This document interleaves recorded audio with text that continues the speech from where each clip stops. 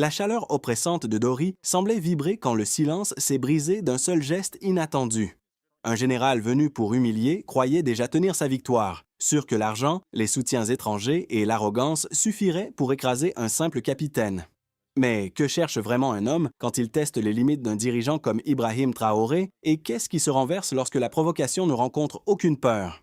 En quelques secondes, les rapports de force ont glissé, révélant une vérité que personne n'avait osé nommer. Il annonce qu'il va dévoiler ce que beaucoup pressentaient sans jamais l'entendre clairement. La confrontation de Dory n'a pas été un duel d'ego, mais la radiographie d'un système en train de mourir. En Nden, la promesse repose sur un résultat concret, 10 à 12 mots, un gain mesurable, comprendre comment un leader retourne une tentative de prise de contrôle sans élever la voix. Une phrase courte surgit pour tendre le fil. Personne n'était prêt pour ce retournement. Si l'on ne poursuit pas l'écoute, on passe à côté des mécanismes qui expliquent pourquoi un homme isolé, sans richesse ni réseau, a pu inverser la dynamique en quelques minutes.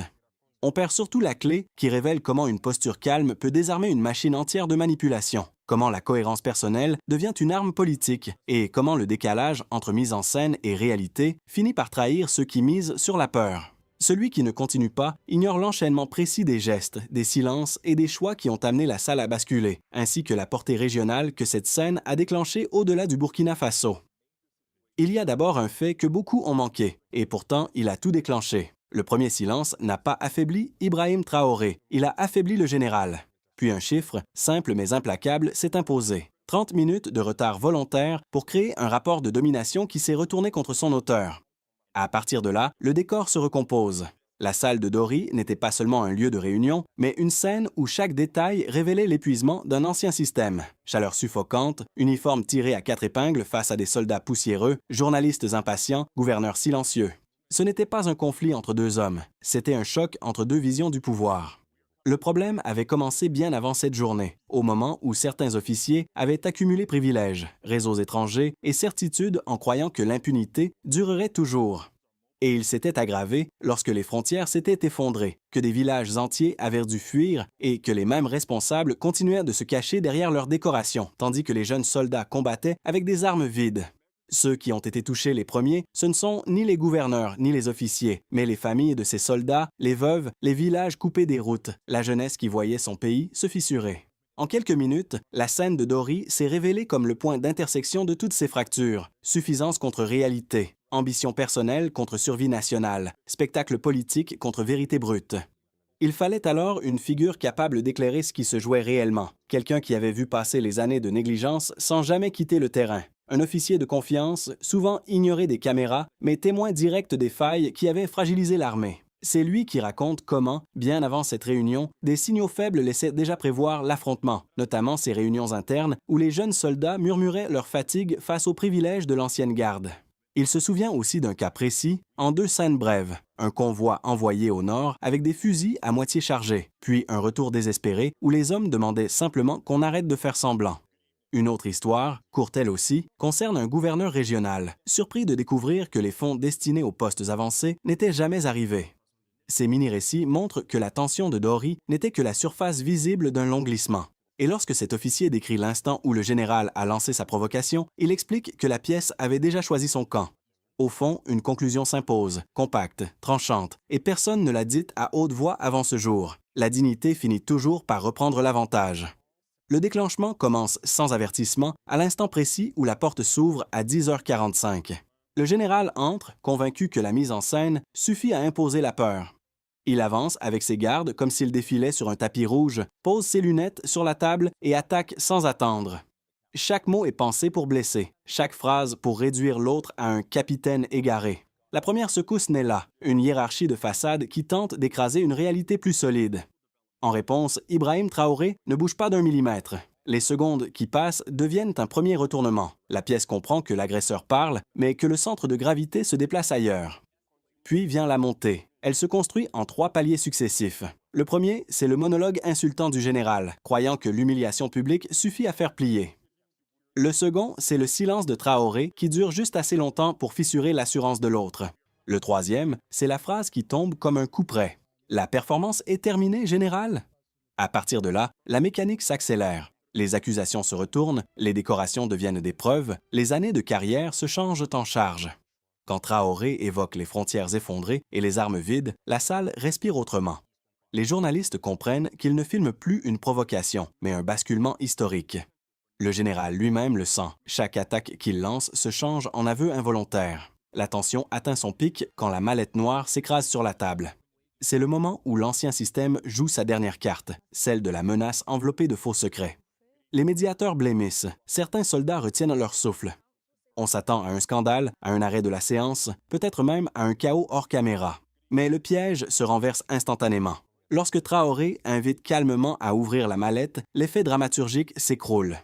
Ce qui devait être une arme se révèle une simple boîte vide de vérité. Le général recule, bafouille, puis tente de changer de registre.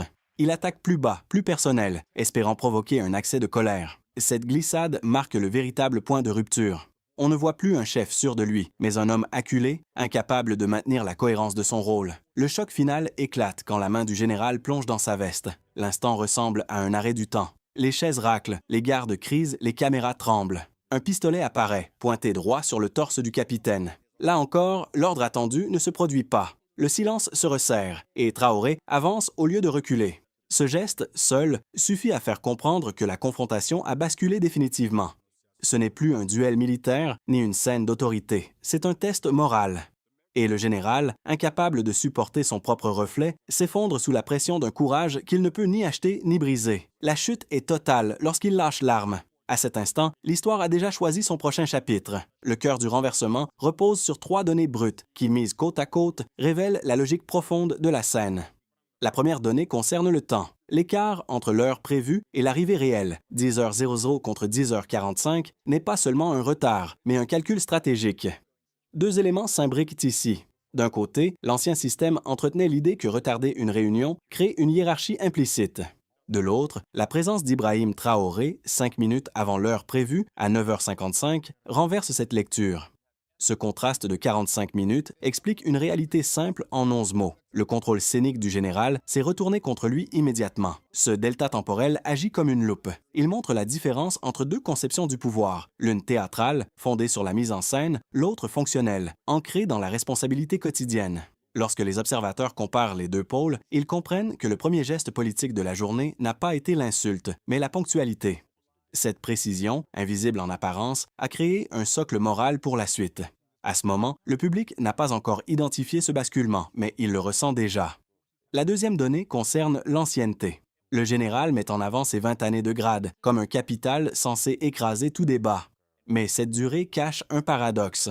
Pendant ces 2 décennies, les frontières se sont fragilisées, les ressources se sont dispersées et les chaînes de commandement se sont fragmentées. Ce chiffre porte donc une question à 12 mots. Comment 20 ans de pouvoir militaire ont produit autant de vulnérabilité territoriale?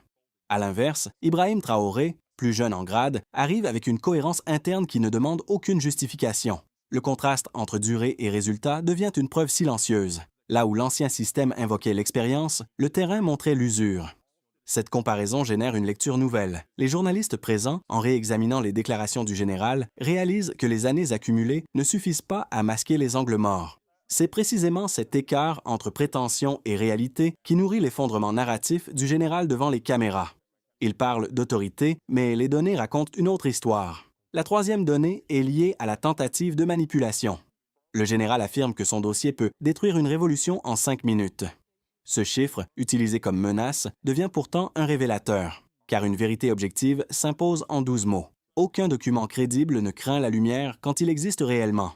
Lorsque Traoré demande calmement d'ouvrir la mallette, la promesse des 5 minutes s'effondre. Ce délai annoncé, au lieu d'intimider, expose le vide. Plus le général hésite, plus les observateurs comprennent que l'arme n'était qu'un décor. Cette disproportion entre promesse et réalité devient une preuve supplémentaire de l'épuisement de l'ancien système. À travers ces 3 deltas, 45 minutes de retard, 20 ans de carrière, 5 minutes de menace, se dessine un schéma clair. Chacun de ces nombres raconte un décalage entre ce que l'ancien pouvoir prétend être et ce qu'il est réellement. Inversement, la réponse de Traoré, silencieuse mais rigoureuse, construit une continuité logique. Les données elles-mêmes deviennent son argument. Elles s'alignent, se renforcent, puis dévoilent ce que les mots seuls ne pouvaient dire. Le général voulait démontrer sa supériorité. Les chiffres ont démontré sa faillite.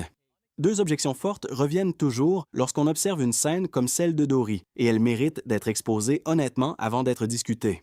La première affirme que la réaction du général n'était pas seulement de l'arrogance, mais une inquiétude stratégique face à un capitaine jugé trop jeune pour tenir un pays en crise.